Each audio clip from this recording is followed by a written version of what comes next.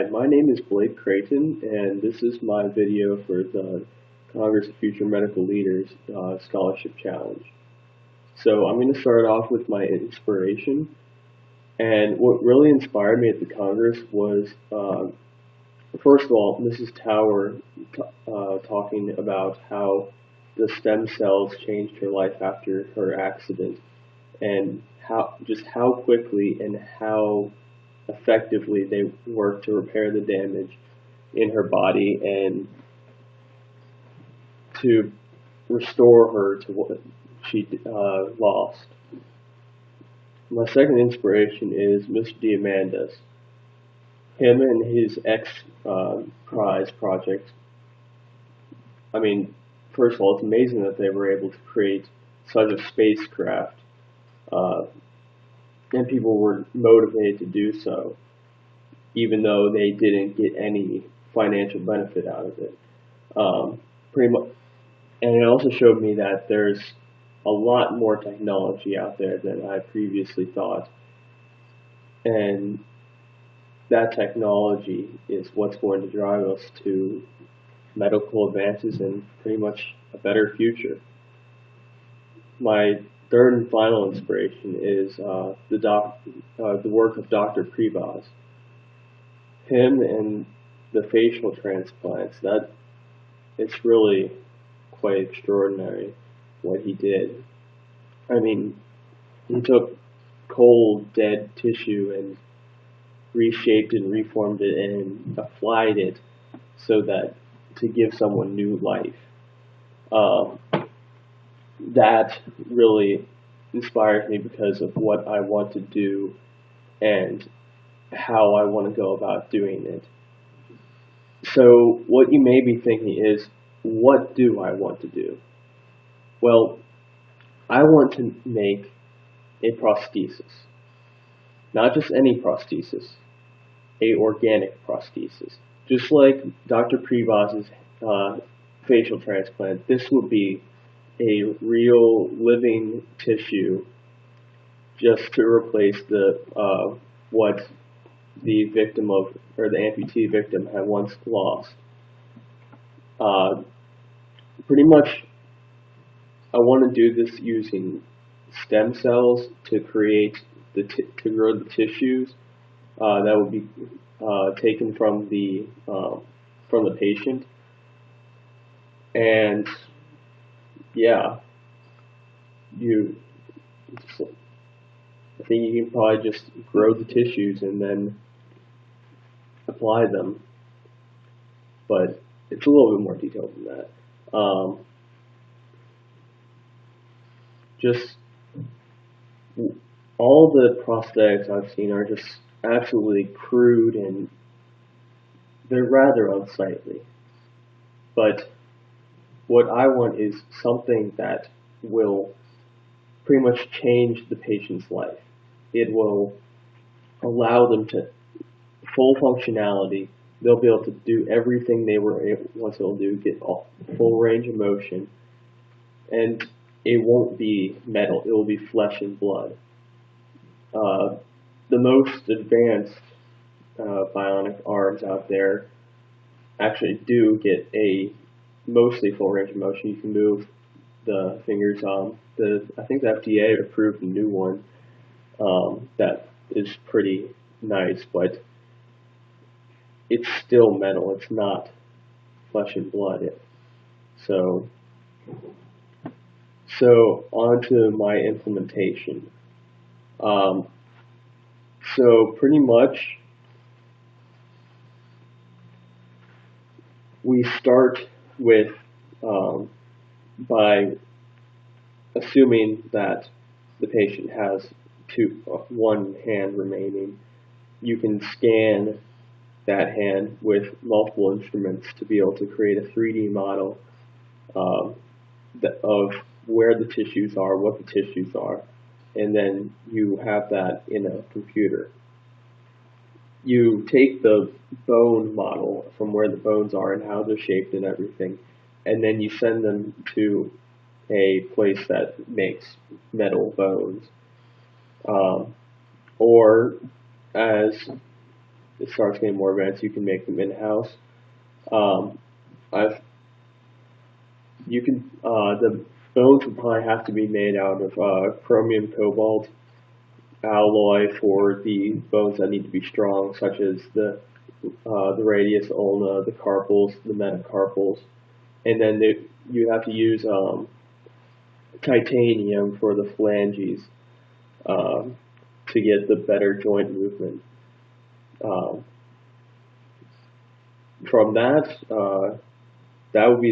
that's pretty much the framework for it.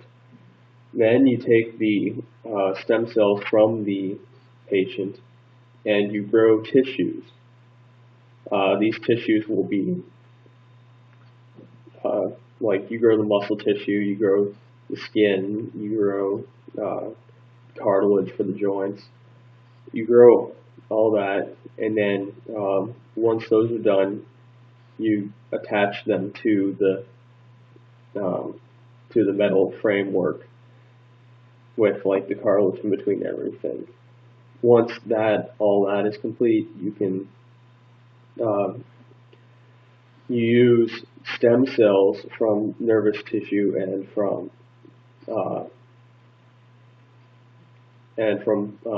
blood vessels, and you make it into a sort of gel, and then you put it in there with all the nutrients it needs so that nerves and blood vessels will grow in the hand. This is a really crude explanation. It's better worded in my essay. But pretty much after you get all the tissues compiled onto the metal bone, and then you have the blood vessels growing, you have the nerves growing, you can pretty much transplant it onto the patient. It's their own stem cells, so their body shouldn't reject it. If it does reject it, it's not really life-threatening. You just kind of try again. And also another thing with the metal bones, the patient won't be able to won't have blood marrow in them, so it won't be making red blood cells from them. But it shouldn't be too much of an impact because the bones of the hand and wrist aren't really large enough to make many red blood cells, and their red blood cell count won't be much affected. But for example, if it's a larger limb that's being replaced, such as like a leg, since eventually this can be expanded to other limbs, the patient probably would need a blood transfusion, or eventually the technology may get to the point where we can actually grow bones effectively. But back on topic. So where was I?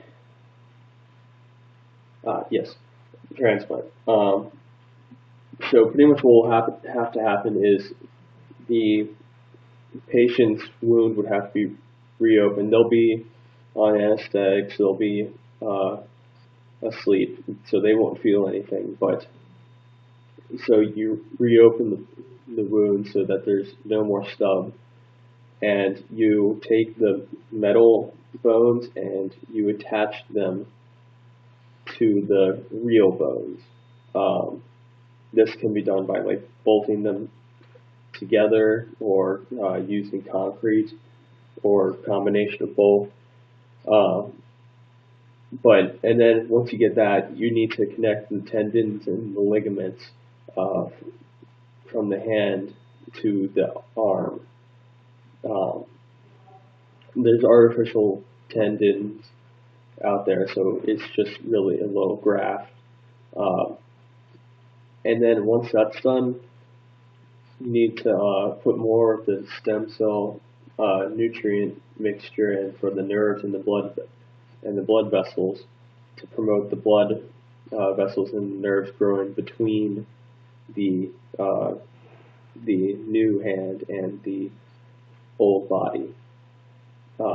This will allow the patient to have full cutaneous sensation of the hand, as well as full control and full blood flow, which is really something that other prosthetics do not have. The current leading prosthetic is not, although you do have a fair range of motion, you do not have cutaneous sensation, and so you cannot feel anything through it. But so then you're promoting blood vessel growth and nerves, and then pretty much you can stitch it up, stitch the skin together. If the patient doesn't want an unsightly scar, you can have a dermatologist do some work on it, get the scar tissue out. Eventually, my plan for this is that there will be no trace of anything happened. And really, the most powerful implementation of this is soldiers. You see soldiers coming back from wars and everything, and they're missing limbs, and that can really traumatize someone. Not only is it traumatic, but it makes them unable to work. It aids in post-traumatic stress disorder. It messes people up. But so if you gave these soldiers their limbs back, that would be one step closer to letting them forget the war and everything horrible that they've seen. And also allow them to get back into society and to make use of themselves. But really what this is all about is helping people and giving them their lives back after whatever accident or war or anything that happened to them, and making sure that the society remains healthy and sound. But yeah, this is my dream, and I've worked on this for several years. I had the idea originally several years ago, and I've just kind of expanded on it and thought about it more and more and figured out what I need to do and where I need to go. But I hope you guys like it, and thank you for the opportunity.